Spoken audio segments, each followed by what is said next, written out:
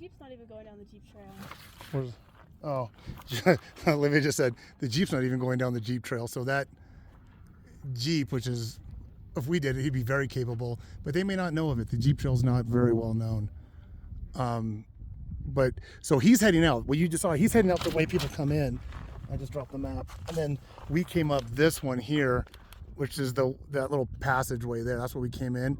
Something else I was gonna tell you guys is that when I was here in the KLR a couple of years ago, it was a November timeframe. It was me and like 4 to 5 other vehicles. This parking lot is almost totally filled. Almost totally filled. Oh, looks like an Australian cattle dog. Yeah, an Australian cattle dog.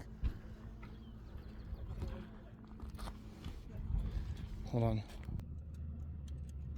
So the wind is picking up a little bit. I just wanted to show you what we did. So we started in, I don't have my fancy laser pointer. We started in Bridgeport, and what most people do, 99% of everybody, they'll come up here on the 395. They'll do the 395, connect over to the 270, and they'll take the 270 into Bodie, where we're at right now. And there's only a small portion. I can't really determine by mileage. There's only a small, hold on real quick. Olivia, can you hold this? This is not cooperating. Just hold the map stiff in front of you. Well, it's not gonna work either. So there's only a small strip that's dirt road. Any two-wheel vehicle, it's packed dirt, don't worry about it. This is all paved, and then over here. We came up through what's called the Arroyo Canyon. Let me see if I can get in on it.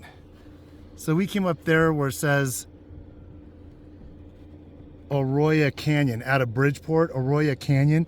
And then we connected right there where it says Bodie Masonic Road, and then we dropped into Bodie. That whole area is all dirt, unimproved, there's ruts.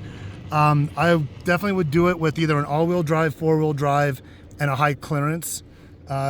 We did kick up some rocks that kind of bounce around underneath, no big deal. But this isn't for like a Honda Civic front-wheel drive vehicle. I would not do it. There were a couple of water crossings, not more than 6 feet probably in width and no more than 8 feet deep. We were fine going through it with this. I did walk out and check for obstructions or anything that might have been in the water before Olivia crossed it. But that is how we got in. And then just a bit, I'll give a little bit of history. I'm gonna go to the history board, tell you a little bit about Bodie himself. Now, one thing I will say, I've seen Bodie spelled like 4 different ways. The way you see it here, B-O-D-I-E. I've seen B-O-D-I, and I've seen it with an H somewhere in there. So depending on how you look at it, but since this is the map where it states the state park, I'd go by that spelling for now. But I've seen more often than not on the GPSs, it just simply says B-O-D-I. I'm gonna pause it real quick till I get to the informational map. So as we come up to the information board, I just want to point out that there are bathrooms there. You get here. Park's open from 9 to 6. So there are bathrooms. Make sure you have water, chaps. You don't have to have a whole backpack, but make sure you got water and chapstick. So when I was here a couple of years ago, I explained that this was actually a much larger area. Unfortunately, through some fires and everything else, things have reduced, but there's still a lot to see here to get a representation of what once was here. The other thing too, and just forgot now, I was going to mention something. Oh man, my pants are all dirty. So, Boomtown Bodie.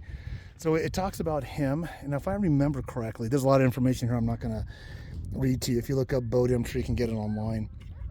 But one thing was, interesting enough, when he founded it or whatever, I think it was hanging on a partner, but he ends up dying like 3 or 4 months later when he was tracking some supplies, I believe, from Sacramento to this location.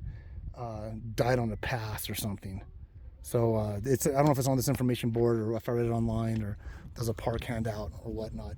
Since we came through the Jeep Trail, we did not go through the ranger station. I have a lifetime veterans pass for the state, so it would have been an expense as far as we are, but I'm sure there's some kind of cost to enter in here, because if you come on the regular one that I showed you on the map, oh, this is interesting. When I showed you on the map, you come across that regular one, which is down there, There's a checkpoint there, but I just saw this. I've never seen this before. This was not here when I came here last time.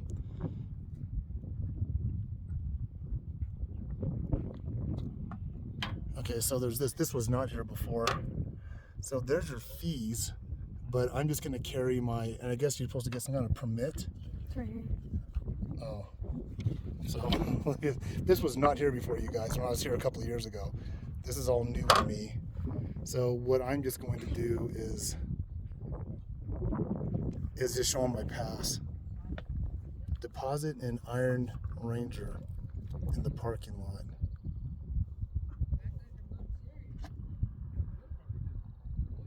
Maybe I will fill this out. But the funny thing is, if you don't have a pen, what do? I highly doubt that anyone's enforcing this, and I don't know if you're supposed to put it in your dashboard or not. Let me figure this out, you guys.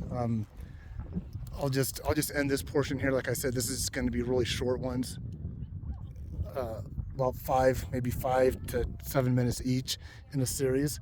I don't want to keep it in video mode because my battery will go dead. All right, till the next one. Bye.